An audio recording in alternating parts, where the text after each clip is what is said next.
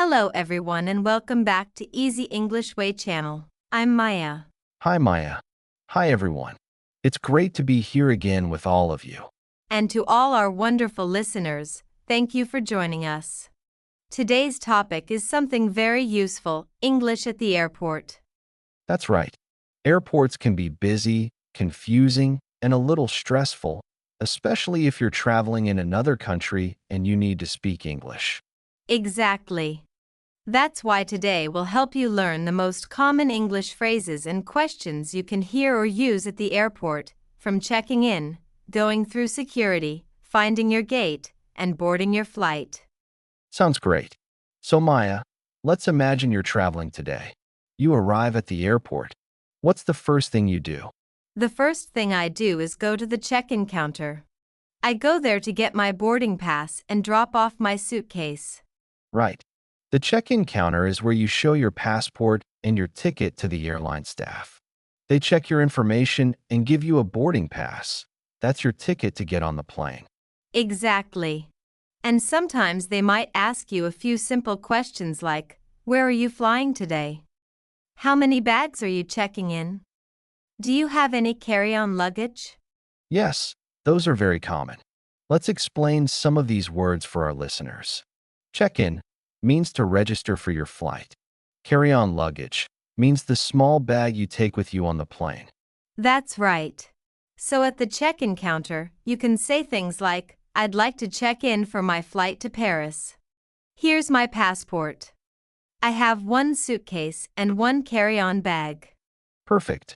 And after you check in, the airline staff usually tells you which gate you need to go to. You can hear something like, your gate number is A12. Then you follow the signs to security. The security check is where you put your bags on a belt and walk through a scanner.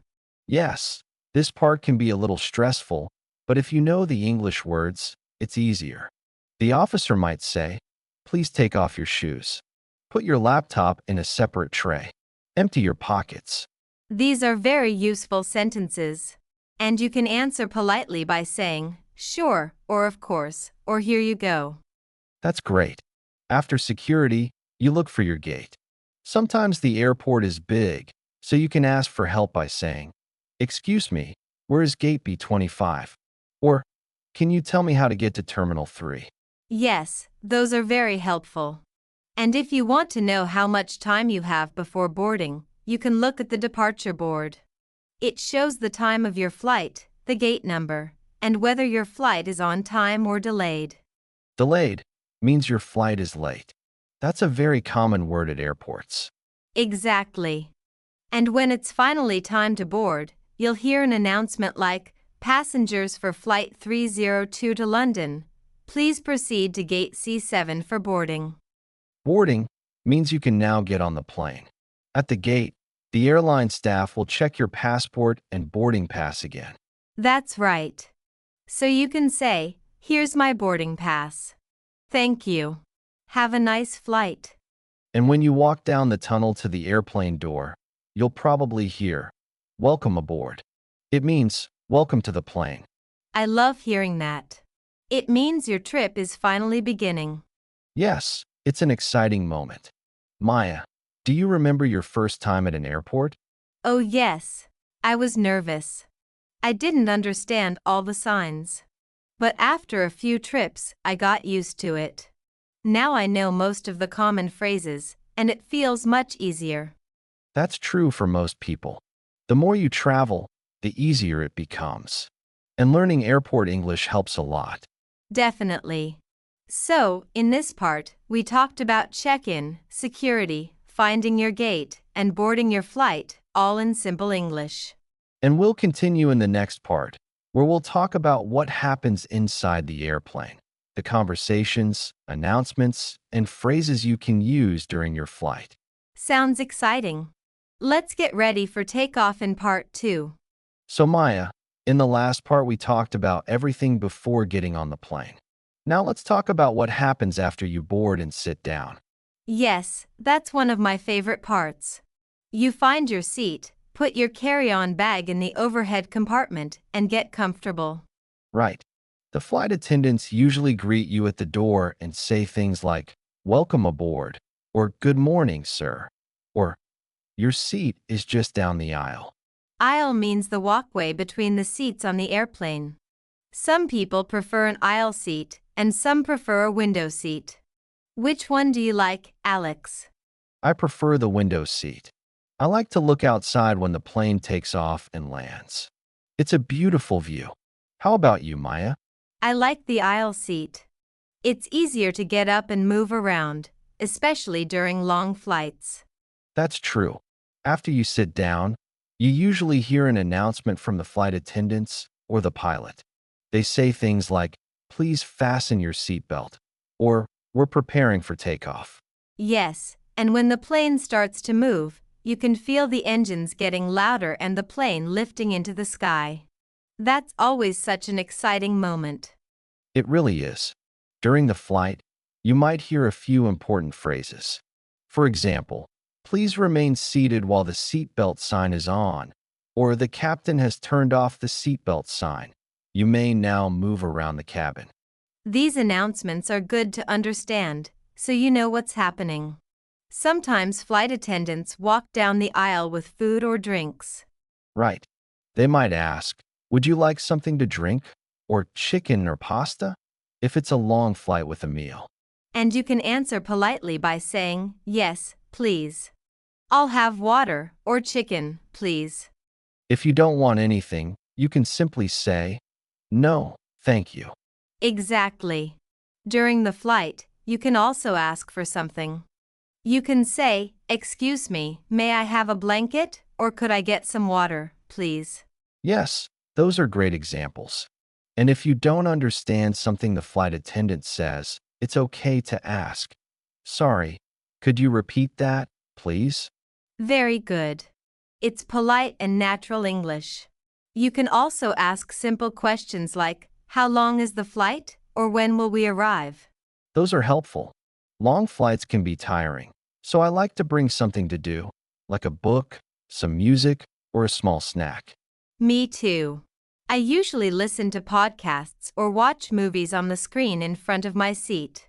That's great practice for English learners. Watching movies with English subtitles is a good way to learn while you travel. Yes, that's what I tell my students.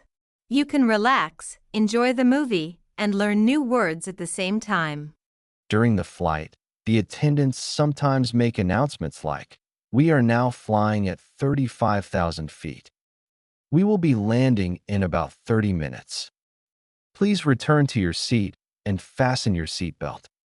And you might hear, "We are now beginning our descent." Descent means the airplane is going down slowly to land. That's right. When you hear that, you know the trip is almost over. Before landing, the attendants usually come around one more time to collect trash or ask, "Would you please raise your seat back?" or "Please open your window shade." Those are small things that help prepare the plane for landing. It's good to understand these phrases because they make your travel smoother. And when the plane lands, people usually clap or smile because they're happy to arrive safely. Yes, and then everyone waits for the seatbelt sign to turn off. The flight attendant might say, "Please remain seated until the plane has come to a complete stop." Then you can stand up, take your bag from the overhead compartment, and get ready to leave the plane. You might hear the staff say, "Thank you for flying with us," or "We hope to see you again soon." It's a very polite way to end the flight. And for travelers, understanding these simple English phrases can make the whole journey much easier. That's right. So in this part, we learned a lot of English you can hear and use inside the airplane.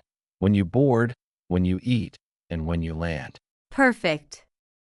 In the next part, we'll talk about what happens after you leave the plane, going through immigration, getting your luggage, and finding transportation. So Alex, now the plane has landed, everyone is getting ready to leave, and the journey continues inside the airport. What's the first thing you usually do after you get off the plane?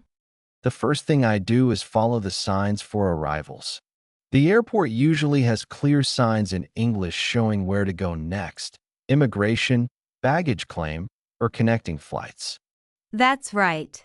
Immigration is the first stop for international travelers. It's where you show your passport and sometimes your visa to an officer. Yes, and the immigration officer may ask you a few simple questions, like, what is the purpose of your visit? How long will you stay? Where will you be staying? Those are very common questions. And you can answer politely with short sentences like, I'm here on vacation. I will stay for 1 week. I'm staying at the city hotel. Exactly. And remember to always smile and speak clearly. The officers are just doing their job, so if you stay calm, everything goes smoothly. After immigration, you go to the baggage claim area to pick up your suitcase.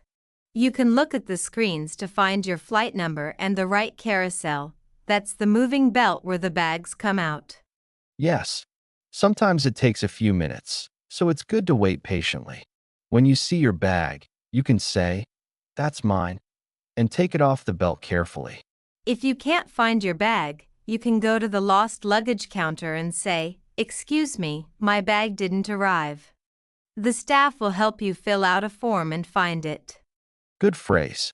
It's always helpful to know how to explain simple problems in English. After you get your luggage, the next step is customs. Sometimes you can go through the nothing to declare line if you don't have special items. Yes, and if you're not sure, you can ask, which line should I go through?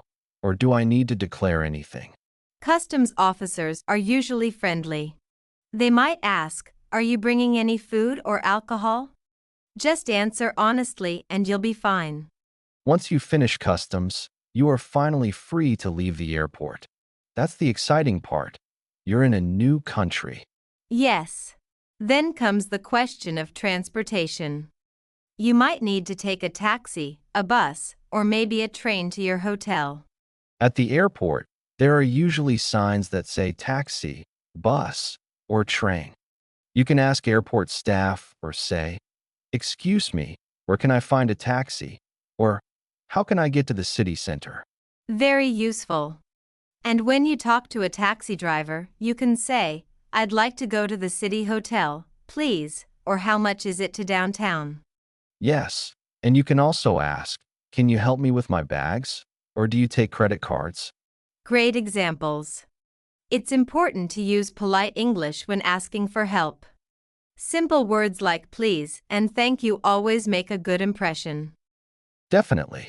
And when you arrive at your hotel, you can say, "I have a reservation." That's a phrase we also used in our travel episode. Yes, it all connects. Airport English, travel English, hotel English, they all use similar patterns and phrases. That's true. And listeners can practice these sentences before their next trip. It will make traveling easier and much less stressful. Exactly. Even if your English isn't perfect, people will appreciate your effort. The goal is to communicate clearly and politely. So today we learned a lot. How to talk to immigration officers, how to find your luggage, how to go through customs, and how to get transportation after your flight. Yes, we covered everything from arrival to leaving the airport. It's a big step for travelers, and now our listeners can feel more confident about it. That's right. We hope everyone listening feels ready to use English next time they travel through an airport. And remember, practice makes perfect. You can listen to this episode again and repeat the phrases out loud. Great idea, Maya. The more you repeat them, the more natural they'll sound when you travel. Exactly. So, this was our complete conversation on English at the airport. We hope it helps you feel more confident when you travel abroad. Thank you all for joining us. Keep practicing, stay positive, and never stop learning English. And we'll see you in the next episode of Easy English Way. Bye, everyone. Goodbye.